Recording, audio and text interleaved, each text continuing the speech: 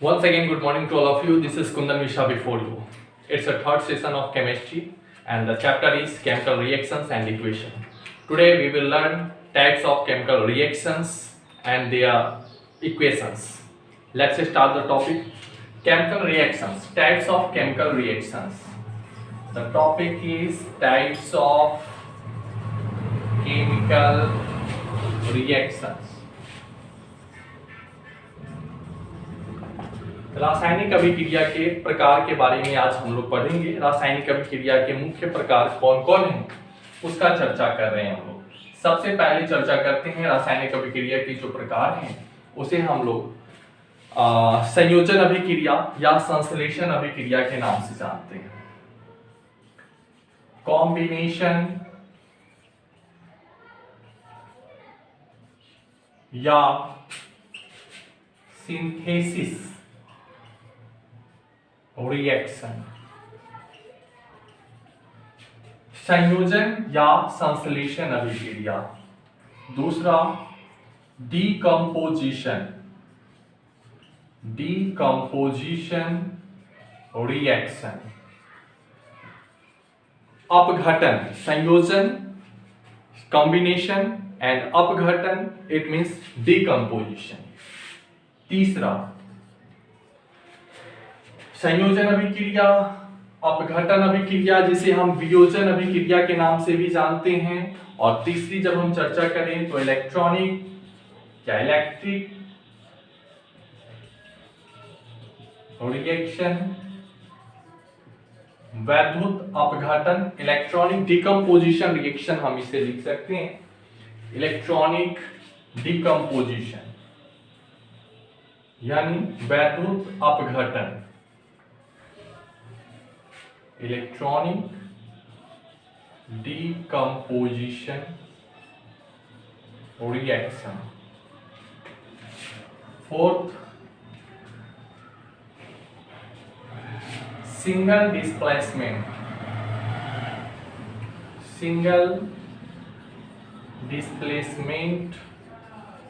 Reaction. Fifth double displacement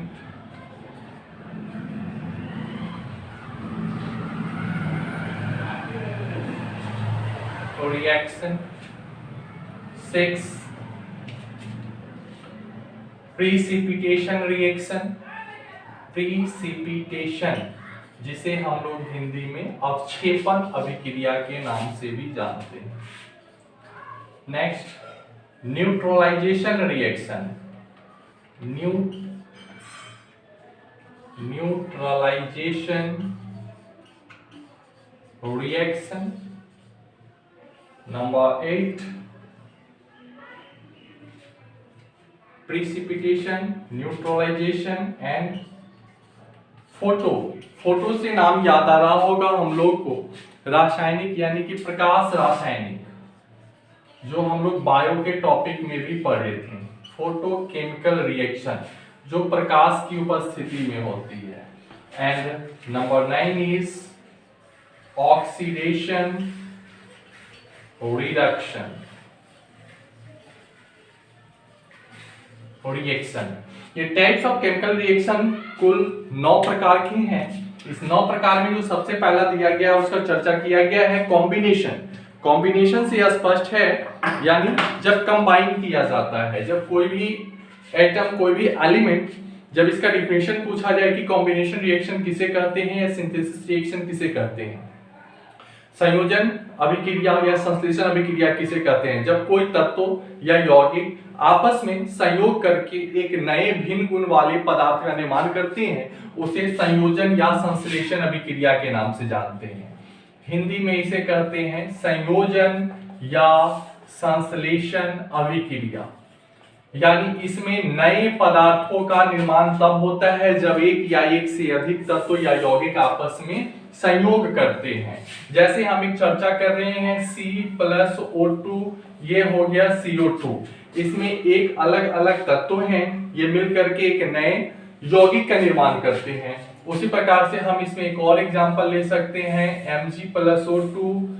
तो MgO, यानी हम यहाँ इसे इक्वल करने के लिए 2 MgO कर देंगे, 2 मैग्नीशियम 2 मैग्नीशियम 2 ऑक्सीजन 2 ऑक्सीजन, यानी मैग्नीशियम और ऑक्सीजन मिलने के बाद मैग्नीशियम ऑक्साइड का निर्माण होता है। तो ये संयोजन अभिक्रिया के एग्जांपल है। हम डिकम्पोजिशन रिएक्शन को वियोजन या अपघटन अभिक्रिया के नाम से जानते हैं। वियोजन या अपघटन अभिक्रिया यानी वह अभिक्रिया जिसमें कोई एक बड़ा सा यौगिक 2 या 2 से अधिक भागों में खंडित होता है, टूटता है और नए पदार्थ का निर्माण होता है, उसे हम वियोजन या अपघटन अभिक्रिया के नाम से जानते हैं। जैसे एक एग्जांपल लेते हैं CaCO3। जब इस CaCO3 को गर्म किया जाता है, हीट दिया जाता है, तो ये चेंज हो जाता है CaO प्लस CO2, मतलब कैल्शियम ऑक्साइड और कार्बन डाइऑक्साइड में ये बदल जाता है। कब? जब इसे गर्म किया जाता है, ऊष्मा दी जाती है। तो ये एक बड़ा सा यौगिक था जो टूट के 2 बड़े छोटे यौगिक में डिस्ट्रीब्यूट हो गया। आगे चर्चा की गई electronic decomposition reaction. Electronic decomposition reaction से सीधा सा मतलब है वैद्युत अपघटन, यानी विद्युत धारा प्रवाहित करने के बाद जो उसमें चेंजिंग होता है और वो नए भागों में टूटता है। जैसे हम यहाँ चर्चा कर रहे हैं NaCl का। NaCl सोडियम क्लोराइड, इस NaCl पे हमने क्या दिया, विद्युत धारा अगर इसे प्रवाहित करते हैं तो यहाँ हमें प्राप्त होती है Na और Cl2। अगर इसे कंबाइन करें तो 2Na इक्वल करें तो सोडियम का 2 भाग, क्लोरीन का 2 भाग, क्लोरीन का 2 भाग, यानी NaCl पर विद्युत धारा प्रवाहित करने के बाद यह सोडियम और क्लोरीन 2 अलग अलग भागों में विभक्त हो जाता है। आगे चर्चा की गई है सिंगल डिस्प्लेसमेंट रिएक्शन।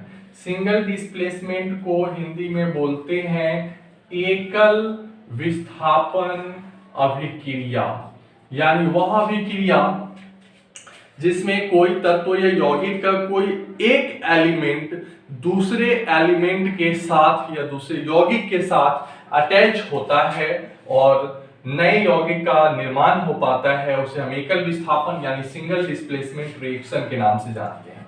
जैसे Fe प्लस CuSO4, ये Fe जो लोहा है और कॉपर सल्फेट, कॉपर और सल्फर ऑक्सीजन का कंपाउंड है, जब ये आपस में अभिक्रिया करता है तो अभिक्रिया करने के बाद ये किस चीज का निर्माण होता है, तो FeSO4, यानी ये जो सल्फर ऑक्साइड कहाँ था, Cu के साथ था, वो कहाँ चला जाता है, Fe के साथ, और Cu इससे क्या हो गया, पृथक हो गया, अलग हो गया।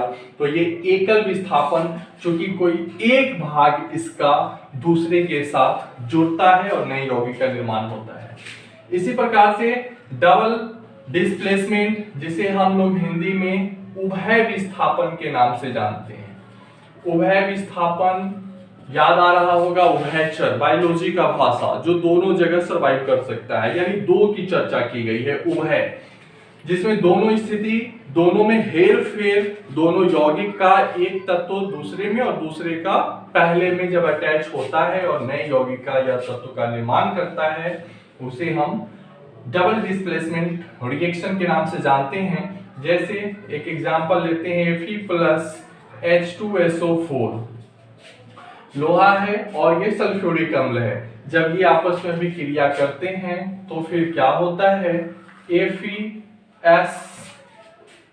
Fe प्लस H2SO4 के बारे में जब हम लोग चर्चा करेंगे तो ये क्या बनेंगे, FeSO4 प्लस H2S, यानी इसमें हाइड्रोजन के सल्फाइड Fe और SO4 जब ये आपस में अभिक्रिया करते हैं तो FeSO4 और हाइड्रोजन के सल्फाइड का निर्माण हो पाता, यानी FeS प्लस H2SO4, यानी कि फेरस सल्फेट है और सल्फ्यूरिक अम्ल है।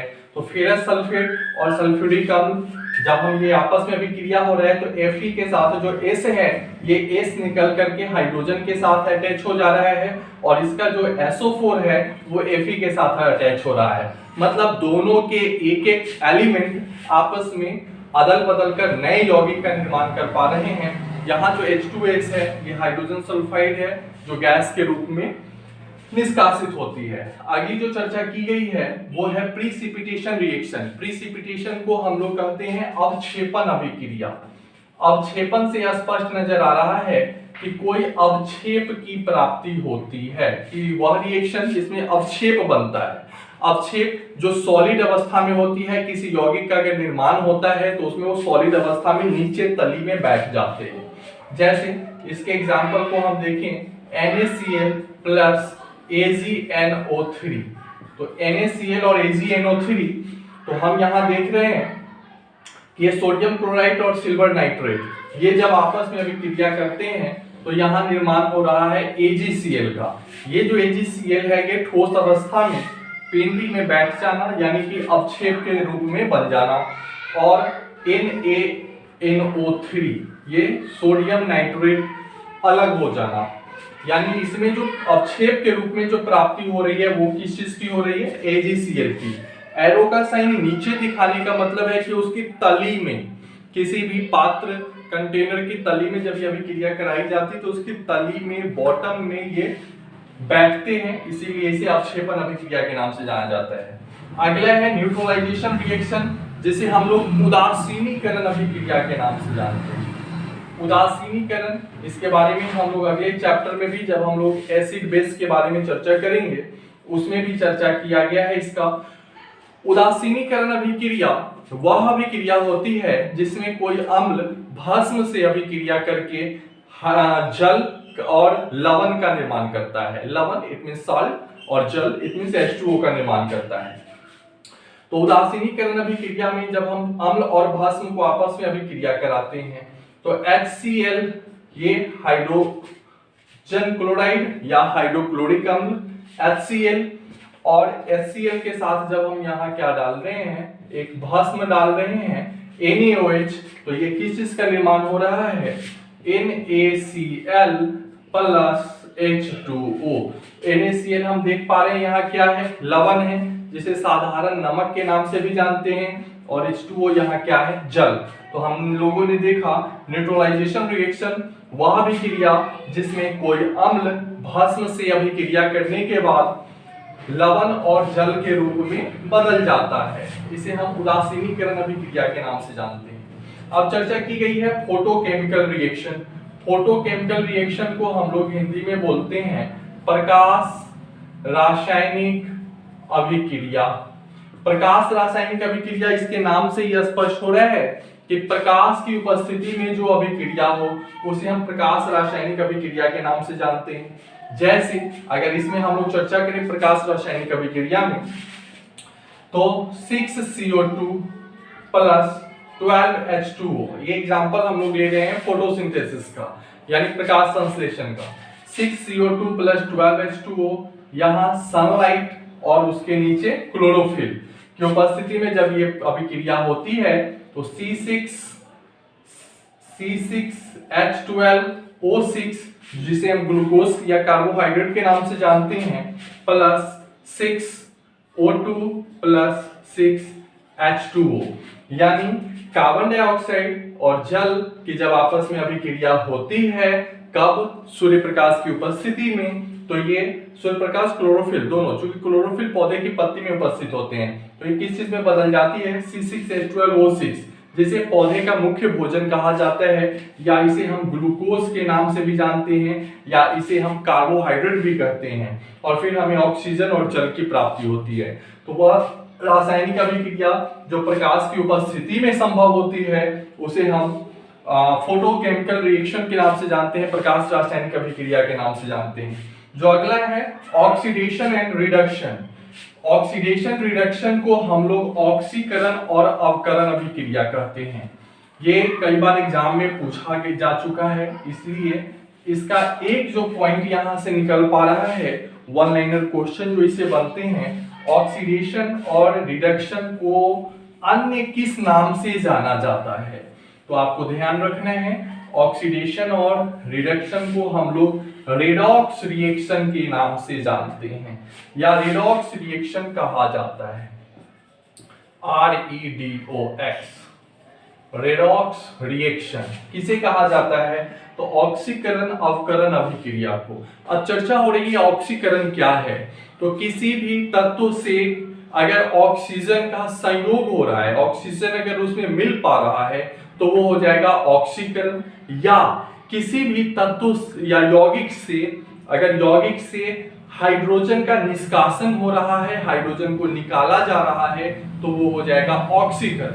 ध्यान रहे, या तो ऑक्सीजन का संयोग होगा, हाइड्रोजन अलग होगा, उसे हम ऑक्सीडेशन के नाम से जानते हैं। और जिसमें हाइड्रोजन का संयोग और ऑक्सीजन का निष्कासन होगा, उसे हम अपकरण यानी रिडक्शन के नाम से जानते हैं। तो इसके कुछ एग्जाम्पल, जैसे C+O2, यहाँ देख रहे हैं कार्बन है और ऑक्सीजन है, तो कार्बन ऑक्सीजन से मिल गया, जुड़ गया और कार्बन डाइऑक्साइड बन गया, तो ये कौन सा हो गया?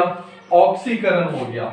इसका कार्बन का क्या हो रहा है? ऑक्सीकरण हो रहा है। फिर अगर हम चर्चा कर लें S+O2, यहाँ क्या हो रहा है? Sulphur dioxide. यह भी क्या हो रहा है? तो यह भी एक दूसरे से जुड़ पा रहा है, इसका मतलब यह क्या है? ऑक्सीकरण हो रहा है। सल्फर डाइऑक्साइड ऑक्सीकरण की अभिक्रिया को इंडिकेट कर रहे हैं। अगली चर्चा अगर हम कॉपर से चले, कॉपर की ओर अगर हम चलते हैं, तो क्यूप्रिक ऑक्साइड को हम लोग जानते हैं, जिसे हम CuO के नाम से जानते हैं। तो CuO+H2, क्यूप्रिक ऑक्साइड जब हाइड्रोजन से अभिक्रिया करता है, तो ये किस चीज का निर्माण करता है? क्यूप्रिक ऑक्साइड अलग हो जाता है और हाइड्रोजन से जल का निर्माण हो जाता है। CuO कहने का मतलब है CuO क्यूप्रिक ऑक्साइड और प्लस H2, यानी यहाँ पे हाइड्रोजन का क्या हो रहा है? तो हाइड्रोजन यहाँ से ऑक्सीजन के साथ जुड़ रहा है। तो हम इसमें यही देख पा रहे हैं कि ऑक्सीडेशन और रिडक्शन की स्थिति में किन किन स्थिति को हम देख पा रहे हैं। तो जब ऑक्सीजन का या तो किसी तत्व से या यौगिक से समावेश होता है, उसका समायोजन होता है, या फिर हाइड्रोजन बाहर निकाला जाता है। दूसरी स्थिति, या तो हाइड्रोजन का संयोग हो रहा है और ऑक्सीजन का निष्कासन किया जा रहा है। इसीलिए कहा जाता है कि ऑक्सीडेशन और रिडक्शन जो अभिक्रिया है, जिसे हम लोग दूसरे नाम में रेडॉक्स रिएक्शन के नाम से जानते हैं, ये सदैव साथ साथ होती है। ऑक्सीडेशन और रिडक्शन अभिक्रिया सदैव साथ साथ होती है। यानी करीब ये आपके 9 प्रकार हैं। इसके हम लोग एग्जाम्पल भी देखें, आपको ये आसानी से combination, decomposition, electronic decomposition, single displacement, double displacement, precipitation, neutralisation, photochemical and oxidation. Hindi में इसे कहें तो हम लोग आसानी से संयोजन अभिक्रिया, वियोजन या अपघटन अभिक्रिया, इलेक्ट्रॉनिक अपघटन अभिक्रिया, एकल विस्थापन अभिक्रिया, उभय विस्थापन अभिक्रिया, प्रेसिपिटेशन अवक्षेपण अभिक्रिया, उदासीनीकरण अभिक्रिया, फोटोकेमिकल रिएक्शन जिसे हम प्रकाश रासायनिक अभिक्रिया, और ऑक्सीकरण अपकरण अभिक्रिया। दैट्स इट, बहुत ही आसान है। इसके बाद लास्ट टॉपिक और लास्ट सेशन में हम लोग चर्चा करेंगे इसके रेस्ट बचे हुए पार्ट दहन के बारे में, जिसे फ्लेम, कंब्यूस्टिल एंड नॉन कंब्यूस्टिल टॉपिक के बारे में चर्चा किया जाएगा। आप इसे ध्यान से देखेंगे। तब तक के लिए best of luck, have a good day, bye. पसंद आए तो लाइक